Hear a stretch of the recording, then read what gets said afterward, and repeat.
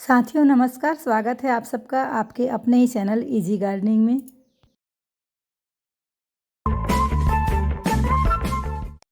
Friends, अभी आप यहाँ पर वेंड्रिंग व्यू देख रहे हैं जो कि पूरे ज़मीन पे मेरा फैला हुआ है। परंतु आज का टॉपिक वेंड्रिंग व्यू के ऊपर नहीं है। मैं इसे गर्मियों के दिनों में मल्चिंग के तौर पर इस्तेमाल करती हूँ। इससे एक पंथ दो काज हो जाता है। मल्चिंग का मल्चिंग हो जाता है, साथ ही मेरे गार्डन की रौनक कई गुना बढ़ जाती है।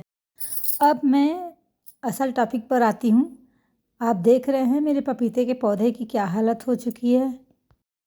जी हाँ दोस्तों, मेरे पपीते के पौधे पर लीफ कर्ल रोग लग चुका है। देखिए इसकी पत्तियाँ किस तरह से किस कदर मुड़ी हुई हैं और इसकी हरियाली भी ख़त्म हो चुकी है। यह रोग एक वायरस के कारण होता है जिसकी वजह से पत्तियाँ पूरी तरह से बेजान हो जाती हैं। साथ ही अगर इसका समय पर उपचार न किया जाए तो पौधा मर भी सकता है।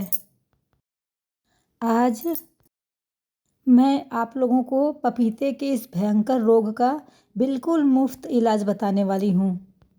अगर पपीते के इस रोग के बारे में समझना है, जानना है तो वीडियो को बिल्कुल अंत तक देखिए, क्योंकि अगर आज आपके यहाँ प्रॉब्लम नहीं है तो कभी न कभी यह रोग लगने का खतरा रहता ही है। पपीते में यही सबसे ज़्यादा बेकार रोग है जो पपीते को पूरी तरह से नष्ट कर डालता है।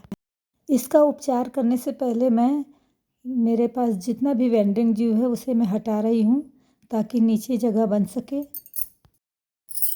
वैसे वेंडिंग ड्यू के बारे में लोगों को शिकायत रहती है कि उनके यहाँ वेंडिंग ड्यू जो है ठीक से फैलता नहीं है, ज़्यादा आगे बढ़ता नहीं है। आप देखिए मेरे यहाँ पूरी तरह से वेंडिंग ड्यू का ही घास की तरह फैला हुआ है। वेंडिंग ड्यू को मैं यहाँ से तो हटा रही हूँ, परंतु लास्ट कोने में फिर से मैं थोड़ा सा इसे बचा के रखूँगी ताकि वहाँ से ये फिर से जो है मेरे पास वेंडिंग ड्यू बचा रहे। साथियों, आप जानते ही हैं कि पपीते का पौधा काफ़ी बड़ा पौधा होता है और अच्छे खासे बड़े पौधे पर ऐसा कोई भयंकर रोग लग जाए तो वाकई में चिंता की बात होती है। लेकिन बिना किसी एक भी पैसा खर्च किए मैंने इसे इतने बड़े बीमारी को जड़ से हटाया, वो भी बिना किसी दवाई के ठीक की। मैंने इसके बेसिक रूल को समझा कि जब पौधा स्वस्थ रहेगा तभी उसे कोई बीमारी नहीं लगेगी। तो सबसे पहले मैं यहाँ पर नीचे जगह बनाकर कुदाल से इसके अच्छे से यहाँ पे गहराई से जगह बनाया और उस पर गोबर का खाद डाला। उसी तरह से जिस तरह से हम बाकी पौधों को गुड़ाई करने के बाद मिट्टी के अंदर खाद डालते हैं और उसके बाद फिर से मिट्टी दबा देते हैं, उसी तरह से मैंने यहाँ पे किया।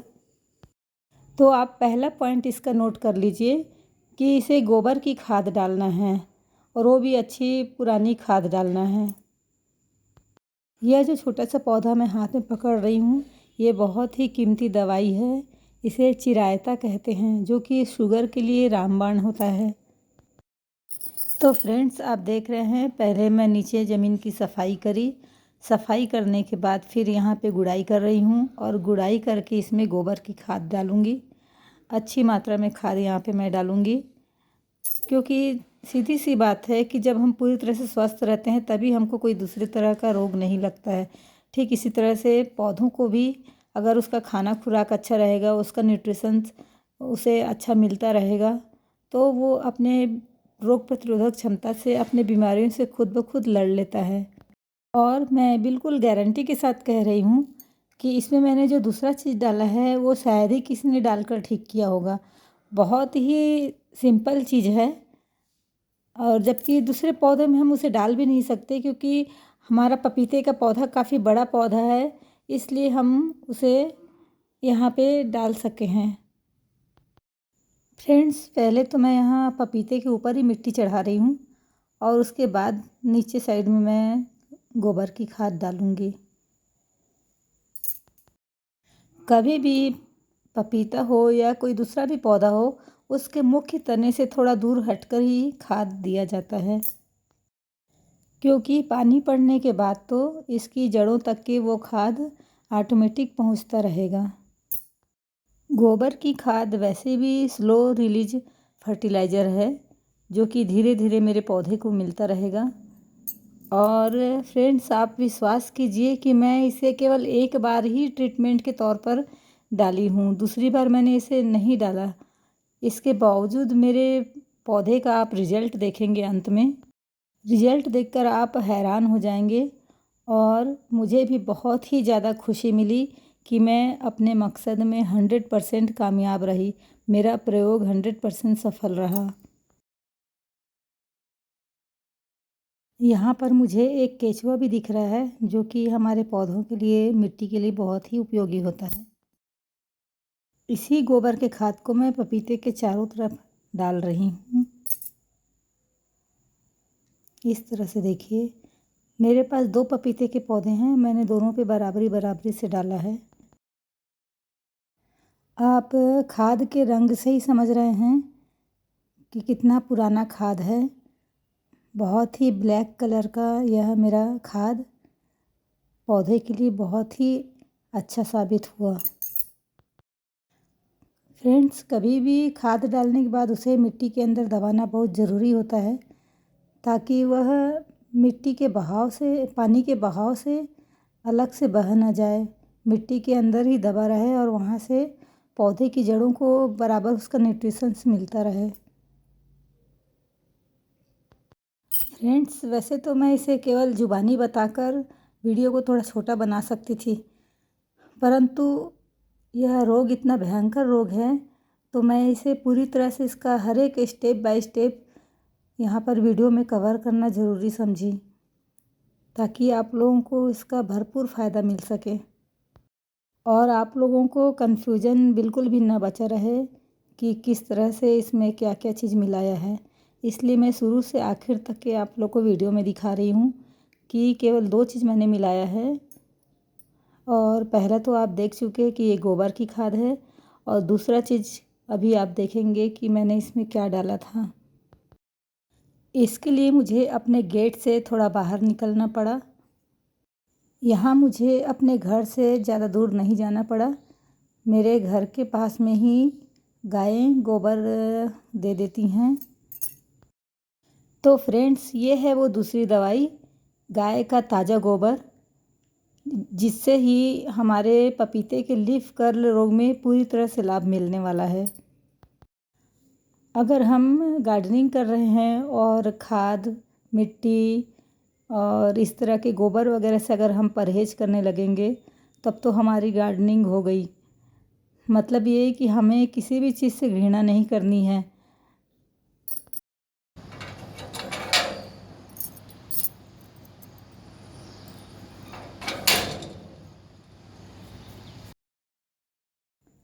अब मैं इस गोबर में अच्छे से पानी मिला रही हूँ और पानी मिलाकर इसे ठीक से एक सार करूँगी। मतलब गोबर जैसे पहले के ज़माने में गोबर से लिपा जाता था, उस तरीके से जैसे उसको पूरी तरह से एक साथ पानी में मिक्स करना होता था, वैसे ही मैं इसे मिक्स करने वाली हूँ। तो फ्रेंड्स, है ना बिल्कुल मुफ्त की दवाई। इस तरह से गोबर को पानी में अच्छी तरह से घोल लेंगे और घोलने के बाद ही पपीते के पौधे में डालना है। नीचे ज़मीन पर ही डालना है, ऊपर बिल्कुल नहीं डालना है। साथियों, ये वही वेंडिंग जीव का खरपतवार है जिसको मैं पपीते के पेड़ के नीचे से निकाली थी। अब ये काफ़ी सारा इकट्ठा हो गया है, मैं इसे फेंकूंगी नहीं, इसका मुझे फिर से खाद बनाना है।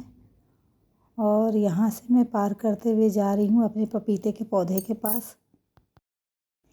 देखिए फ्रेंड्स, मैं इस तरह से पपीते के पेड़ में ताज़े गोबर का पानी जो है उसे डाली हूँ और दोनों पौधे में डाली हूँ। तो मैंने बिना स्किप किए वीडियो को शुरू से आखिर तक आप लोगों को दिखाया कि इसमें 2 ही चीज़ें पड़ी हैं। एक तो गोबर की खाद, पुराने गोबर की खाद, और दूसरा ताज़े गोबर का जो पानी है उसे मैं घोल के डाली हूँ। और इसका आप बहुत ही चमत्कारिक रूप से इसका असर देखेंगे। देख रहे हैं पुरानी पत्तियाँ और उसकी डंडियाँ नीचे की ओर मुड़ी हुई है, और यहाँ से ऊपर की ओर मेरा पौधा बढ़ भी चुका है। और जो नई पत्तियां निकल रही है उसमें बीमारी बिल्कुल भी नहीं है। इस पौधे में आप और स्पष्ट तौर से देखेंगे कि ये पुरानी जो डंडियां हैं वो मुड़ी हुई हैं नीचे की ओर, उसमें बीमारी थी। और ये जो है ये पत्तियां, ये नई पत्तियां निकली हुई हैं जो पूरी तरह से बीमारी से मुक्त है। और इसकी हरियाली भी बता रही है कि पौधा कितना स्वस्थ हो चुका है। मेरा पपीते का पौधा एक और झुक रहा था, उसे सहारा देने के लिए यहाँ पे मैं एक लकड़ी लगाई हुई हूँ। लेकिन अब आप दिल थाम कर देखेंगे, मेरे पपीते के पौधे में फल भी आ चुके हैं।